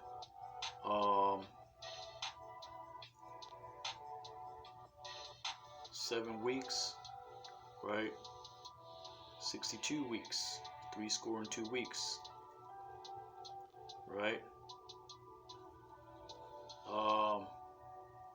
Says, so the Messiah shall be cut off, not for himself, right? Which is right, so 62 weeks is what? 62 times 7, right? 434, right? Prophecy is on point, right? So from the time to rebuild, that's 440 BC, right? And that's roughly 62 weeks, right? After 62 weeks, right? For when the streets and the wall begin to be rebuilt, right? After that, Messiah will be cut off, right? Which is, right, entering into the time of the beginning of his ministry, right? And, right, which is why this goes into the flood, right? This goes hand in hand with Revelation chapter 12, right?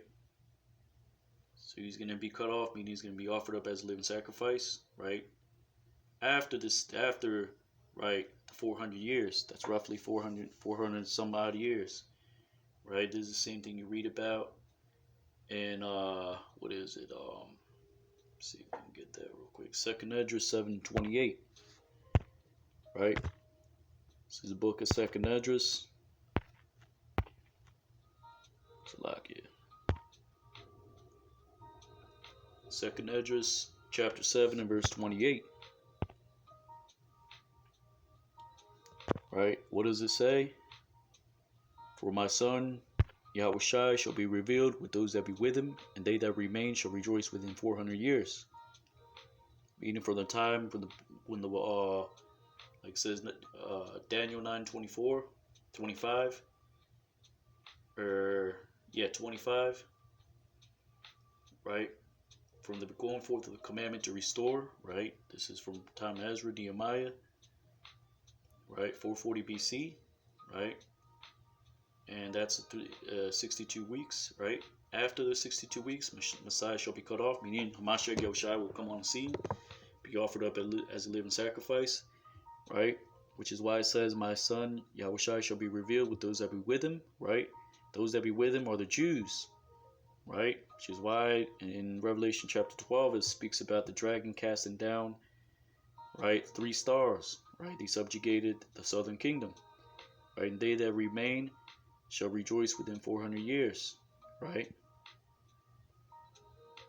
So under the Roman captivity, Yahushua Mashiach would come on the scene, right? And the remnant, and these are those the same that the remnant that were during the time of those that remained in Jerusalem from the time of Nehemiah and Ezra, right? Which are the same remnant, right? Those that be with him, right? So those that be with him is during the time of the ancient Roman Empire. Those that remain are those that remain from the time of Ezra and Nehemiah. And that's the same 62 weeks in Daniel 9 and 26.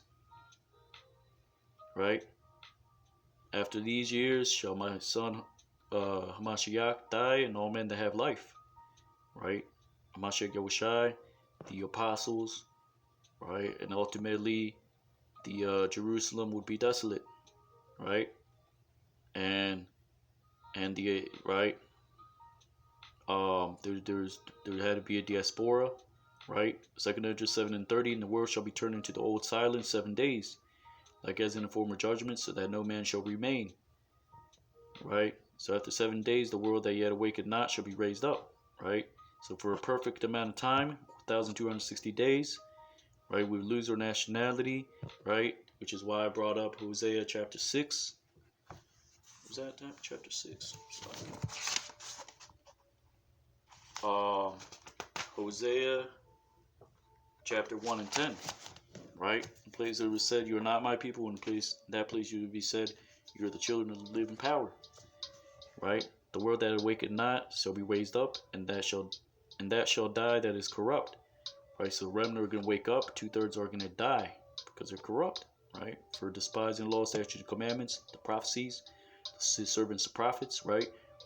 And the earth shall restore those that are asleep in her, and so shall the dust of those that dwell in silence. And the secret places shall deliver those souls which were committed unto them. Right?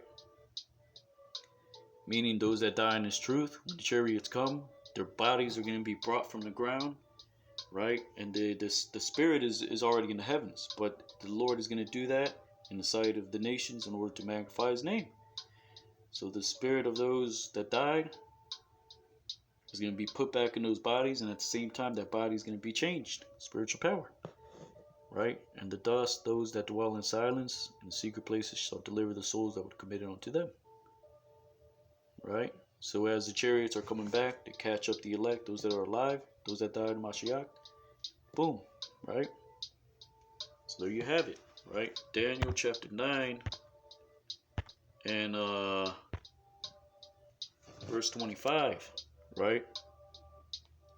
Know therefore and understand from the going forth of the commandment to restore and rebuild Jerusalem unto the Messiah, the Prince, shall be 7 weeks. Salakia. Daniel 9:26. After 62 weeks shall Messiah be cut off, but not for himself. The people of the Prince shall come, shall destroy the city, the sanctuary, and the end thereof shall be with a flood. Unto the end of the war, desolations are determined. He shall confirm the covenant with many for 1 week. Right? And in the midst of the week, he shall cause the sacrifice and the oblation to cease.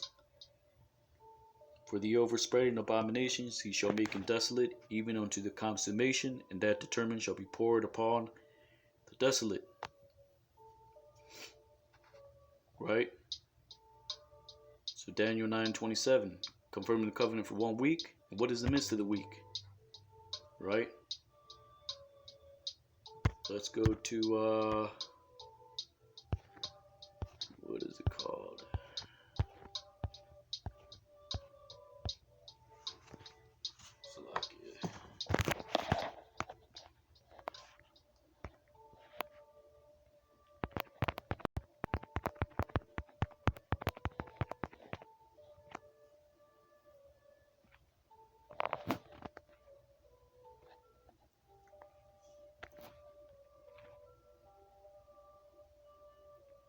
right? Was which is why it says, right? So let's look at the Jewish-Roman wars, right? So what is the 1 week? It's 66 AD to 73 AD, right? Which is during the time of the first Jewish-Roman wars, right? Which is when, things started escalating between the Israelites and the Edomites, right? And you see these things, right, are happening again, right? So that's the week, right? Because what? The elect were there back then, right? And the elect had to receive, right, including these various churches that Paul was head over. They had to receive the understanding, right, that they were coming to pass in the latter days, these things, right, that would be avenged, right? The Lord will preserve them, right, for those that receive it.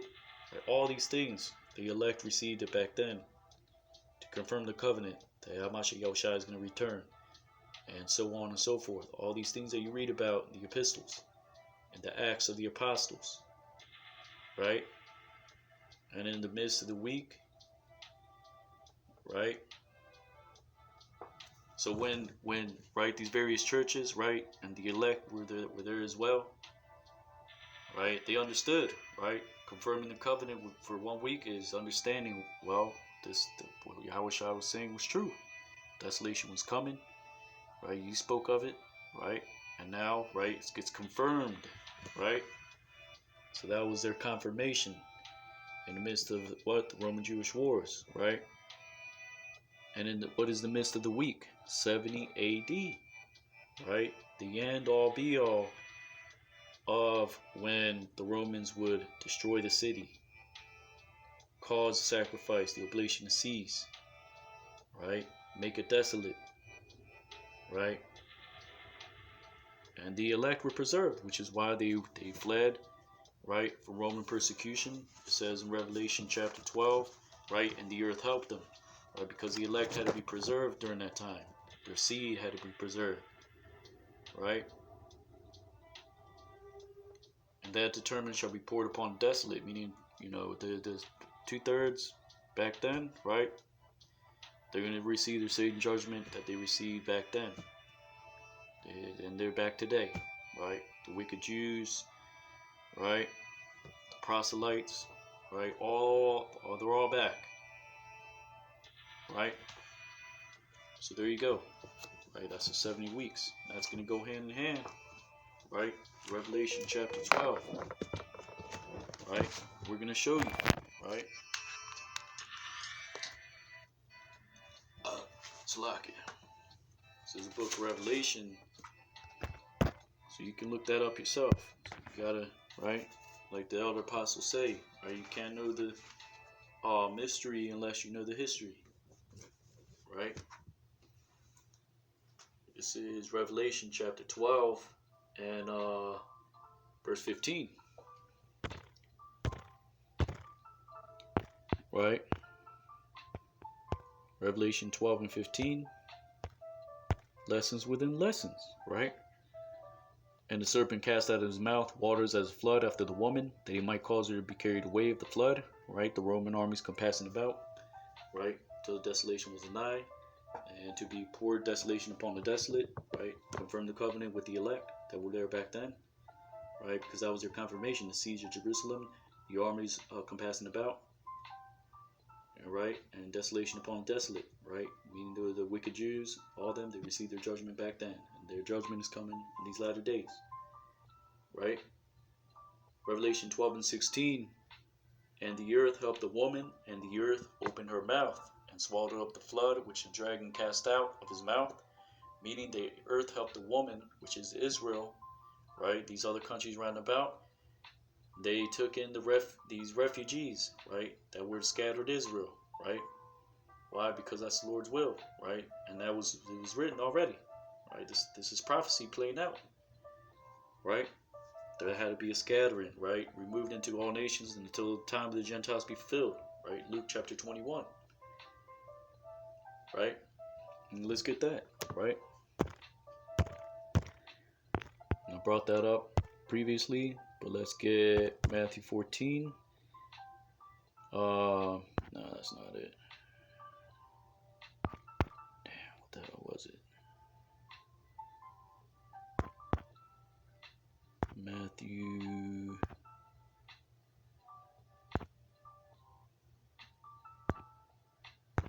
24. Matthew 24:1. Yahushua went out, departed from the temple, and the disciples came unto him for to shew him the buildings of the temple. And Yahushua said unto them, See ye not all these things? Verily I say unto you, there shall not be left here one stone upon another that shall not be thrown down. Right? What did John the Baptist say? Right, you generation of vipers, who have warned you of the wrath to come. How can you escape the damnation of hell? Right? Death.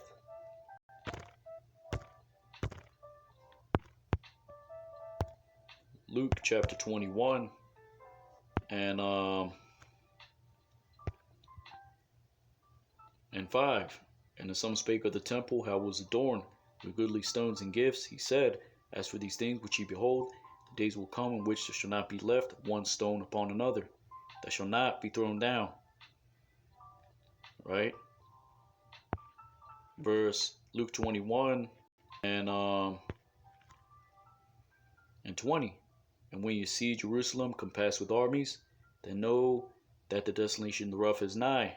Let them which are in Judea flee to the mountains, let them which are in the midst of it depart out. And let not them that are in the countries enter thereinto, for these be the days of vengeance, that all things written may be fulfilled. Daniel 9:24 and on down.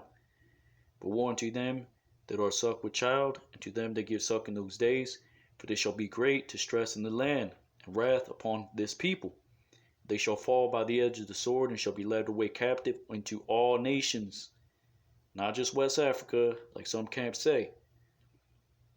And Jerusalem shall be trodden down in Gentiles until the time of the Gentiles be fulfilled. Right? Which is why you got some Jakes, right? In China, Japan, right? Which is a remnant. The majority are here in America, Babylon Great, and on the western world, western side of the world. Right? Northern Southern Kingdom. Right?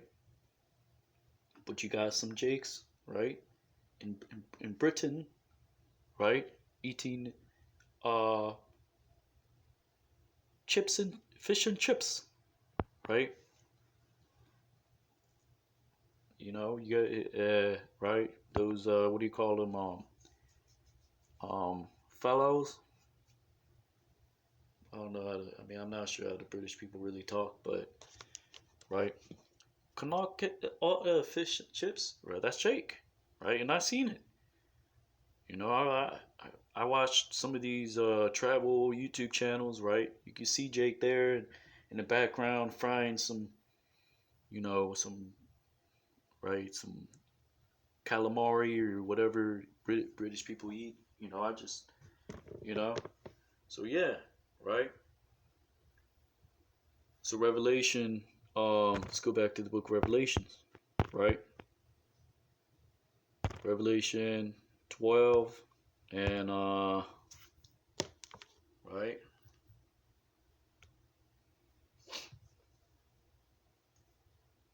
Revelation chapter 12 and 16.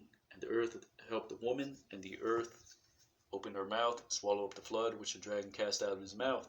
Right? So they received refuge from Roman persecution. Right? Slack it. God dang it. What the hell that shit? Slack it. So yeah, there you go. Right? So last verse, Revelation 12 and 17. And the dragon was wroth with the woman, and went to make war with the remnant of her seed, which keep the commandments of God and have testimony of Yahushua Mashiach. Right? This is talking about the latter days, the remnant of the seed. Right? There's another precept, right? Because there is a remnant, which is the elect, the 1/3, and the whole Israel as a whole is a remnant, right? Including the 2/3. Because many were slaughtered during the Trail of Tears, right? Jake, right? And hardcore slavery, right? Northern Kingdom, countless and countless, right? Spaniards, right? conquistadors, right, killing our people, right? Israel was, we're still as the sand of the sea, but right, we're not as right. Back then it was countless and countless, right? Which is why the other nations despise Israel also, right? Because there was too many of us, and there's too many of us today, right? Um, right, which is also why you read, right, in Revelation 11:7, when they finish their testimony, the beast that ascended out of the bottomless pit shall make war against them and shall overcome them and kill them, right? Because we went through the curses, right? And right, right. We what? There was countless things written, Deuteronomy, right? We ate our children in the siege, right? During back then, right? When we were taken out of the Holy Land, right? And right, even leading up to the Roman Empire, right? That was the ending of the first testimony, right? Which was the first fruits that were born in these various churches, right? James speaks about the first fruits, right? Paul speaks about the first fruits. There were these churches of Israelite foreigners and Israelites that knew they were Israelites, right? So they finished their testimony, right? Yahushua Mashiach was witnessed, right? The miracles, his works, right? The apostles, their works, their miracles. And then they were put to death, right? That was the end of their testimony. And the beast had ascended out of the bottomless pit, right? Which is Rome, right? Shall make war against them, right? Put the apostles to death, overcame them. And Esau, right? Right? Um, because you got to keep in mind, even when Israel was still as a nation, right? They put the Esau's into subjugation, right? Under King David, right? The Edomites, right, were tributaries, right? Then they rebelled during the time of Jeroboam, right? But this is talking about, right, during the time of ancient Roman Empire and to this today as well, right? So they ascended, right, out of that pit, out of that captivity under the Israelites back then, right, under King David, right? So this jumps between times, right? To finish the testimony, right? The apostles, the prophets, Yahushai, right? And that same beast is Rome, right? Made war with them, overcame them, right? Right? And even, right, the revitalized beast, right? Overcame Jake, right? So Esau is known as a beast as well, right? The scriptures say that, right, that man would understand is like a beast that perisheth, right? So after the apostles were killed, Esau made war, right? Scattered the Israelites, right? Overcame them, killed them, and then they fled Roman persecution, right? Which is why this goes hand in hand with Genesis, Revelation 12, right? And then what? They were brought into the back into Egypt all over again on slave ships. Deuteronomy 28 and 68. But it's talking about today as well, right? When we finish our testimony, right? That same beast, revitalized Roman Empire, is going to make war, overcome, right? A remnant, right? Just as some of us will die for this truth, right? In order to glorify the Lord, right? And right, but the elect are they're going to be delivered, right? Whether you like it, believe it or not. The remnant, right?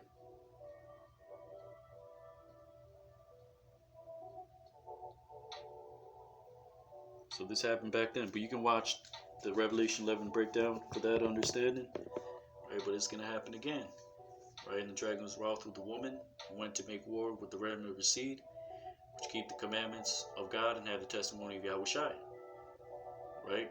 Which is Jacob's trouble, right? When all hell breaks loose, right? And Esau is as the beast that perisheth, right? Which is why let's get that, then I'll go ahead and close. Salakia.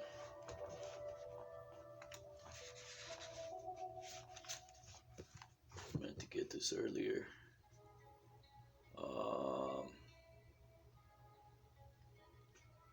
This is the book of Psalms, chapter 49. Was it Psalms 49? I think so.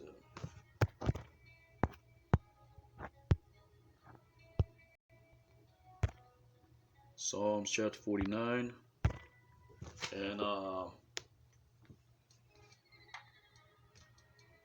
verse 5.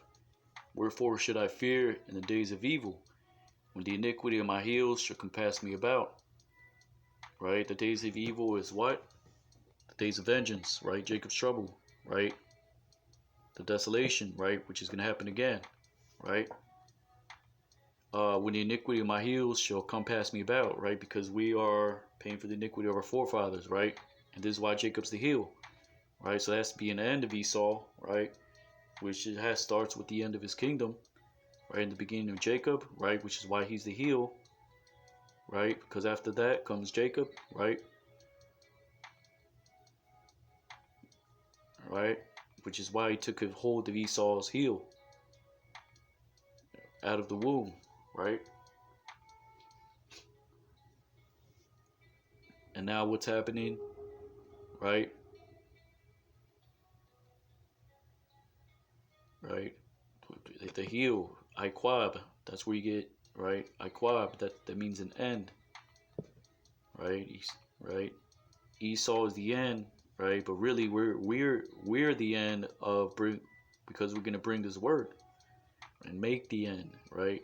Because the end is gonna be Esau is gonna be ended, right? So iniquity of my heels should compass me about. They that trust in their wealth and boast themselves in the multitude of their riches, right? That none of them can by any means redeem his brother, nor give to God a ransom for him. For the redemption of their soul is precious, and it ceaseth forever. Right? The elect, right? Who trusts in their wealth? Esau, 2/3 of our people, right? And the multitude of the riches are carnal, right? Which is why they're gonna 2/3 of our people are gonna take the carnal mark, which is Esau's, right? Charagma, right? Psalms 49:9, that he should still live forever and not see corruption. The elect. For he seeth that wise men die, likewise a fool, and the brutish person perish and leave their wealth to others. The inward thought is that their houses shall continue forever, their dwelling places to all generations. They call their lands after their own names. It's talking about the Edomites, right? And 2/3 of our people, their inward thought is that their houses will continue forever, right? They're at rest, right, in this place. But this place is going to destroy them with a sword of destruction, right? Starting, right, with being spiritually dead, and then the plagues, and then the actual, right, nukes, right, the ICBM missiles, right? Psalms 49:12, nevertheless man being in honor abideth not, he is like the beasts that perish, right? 2/3 of our people, right? They that join hand together, they both will be thrust through, right? This their way is their folly, yet their posterity approve their sayings, right? So, right, the Edomites, right, are people. This is their folly, right? And their doings approve what they say, right? Psalms 49:14, like sheep they are laid in the grave, death shall feed on them, right? It's talking about how delicately these Edomites get ripe at an old age, right? And they're laid into the graves like delicate sheep, right? Adorned with all manner of, right, coffins and burials and all that, ceremonies, right? Death shall feed on them, right? And it's talking about the judgment, right? Because the Edomites, right, they're going to be as sheep to the slaughter, 2/3 of our people, right? Because they have no redeemer. Their gold, their silver is not going to redeem them. Their idols is not going to redeem them, right? These other nations that are here, none of that is going to redeem them, right? They're going to be, right? Death is going to feed on them, right? The upright shall have dominion over them in the morning, right? The upright is what? The elect, right? Because we are living, right? Spiritually, we're alive, right? Because we know these things have to be so, right? Which is, this is written in similitudes, right? Because dead people are thrown in graves like sheep, like delicate sheep. You know, they're laid down softly, right? The worms feed on them. The upright, which are the ones that are alive, are gonna have, right, dominion over them, right? After you bury somebody, you're still upright because you're still alive, right? And in the morning, you just, oh, I buried a person yesterday, right? And their beauty shall consume the grave from their dwelling, right? So the dead that are dead are going to be consumed by the worms, right? Does not say in James that the worm is cankered and your moth's treasures are corrupted. You have heaped them up to yourselves to the latter days, right? But God will redeem my soul from the power of the grave, for he shall receive me, Salah, right? The elect, right? Spiritual power. O death, where is thy sting, right? That starts with the what? Chariots, a deliverance, right? Psalms 49:16. Be not thou afraid when one is made rich, when the glory of his house is increased. For when he dieth, he shall carry nothing away. His glory shall not descend after him. Though while he lived, he blessed his soul, and men will praise thee, then thou doest well to thyself. He shall go to the generation of his fathers, they shall never see light. Man that is in honor and understandeth not is like the beasts that perish. Right? 2/3 of our people, right? Spiritually rich, but they're spiritually dead. Because they refuse the riches of wisdom. Ba'ashem Mashiach Yahushai. Right? So let's get one more. Right? So this is Revelation chapter 12. Right? Daniel 9:24 and on down. Right? A little, right, diverse doctrine, right? But mainly is Revelation chapter 12 breakdown, right? James chapter 5 and James 5:1. Go to you now, rich men, and weep and howl for your miseries that shall come upon you. Your riches are corrupted, your garments moth-eaten, your gold and silver is cankered, and the rust of them shall be a witness against you, and shall eat your flesh as it were fire. You have heaped up treasure together for the last days. Right? Esau, 2/3 of our people, right? That sold out, right? For worldly riches, for the temporary riches, in order to enjoy sin for a season. Like it says in the book of Hebrews, right? James 5:4. Behold, the hire of the labors which have reaped down your fields, which is of you, kept back by fraud, crieth, and the cries of them which have reaped are entered in the ears of the Lord of Sabaoth, right? The Lord of hosts, right? Were we not laborers in his word, right? And we're tilling, reaping down the fields, right?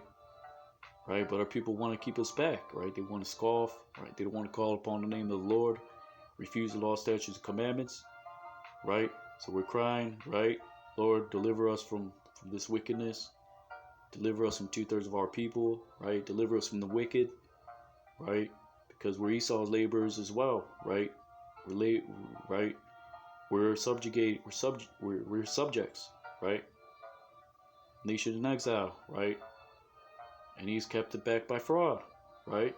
Because Jake is responsible for a lot of entertainment, a lot of the flourishing of America Babylon the Great, right? Especially Southern Kingdom, right? Because but they don't want to give, the reparation, right? Esau wants to, keep being Esau and heap up all people to himself, right? Keep being death, keep polluting, everything, right? You can be judged for that, right? Goddamn devil, right? James 5:5, you have lived in pleasure on the earth, been wanton, you have nourished your hearts as in the day of slaughter. You have condemned to kill the just, and he does not resist you, right? Right? James 5:10, take my brethren the prophets, who have spoken in the name of the Lord, for example of suffering and affliction, and of patience. Behold, we count them happy which endure. Ye have heard the patience of Job, and have seen the end of the Lord, that the Lord is very pitiful, and of tender mercy by Hashem Mashiach Yahushai. So with that, it's Brother Yatazadaki or Israel, Revelation chapter 12 breakdown, Daniel chapter 9:24, right? Diligence gonna bear rule. Bashem Mashiach Yahushai, Bashem Kakodash, double honors to the others and apostles of Great Millstone. It's Brother Yatazadaki or Israel, Kwame Asharala, Abad Ball, Shalom.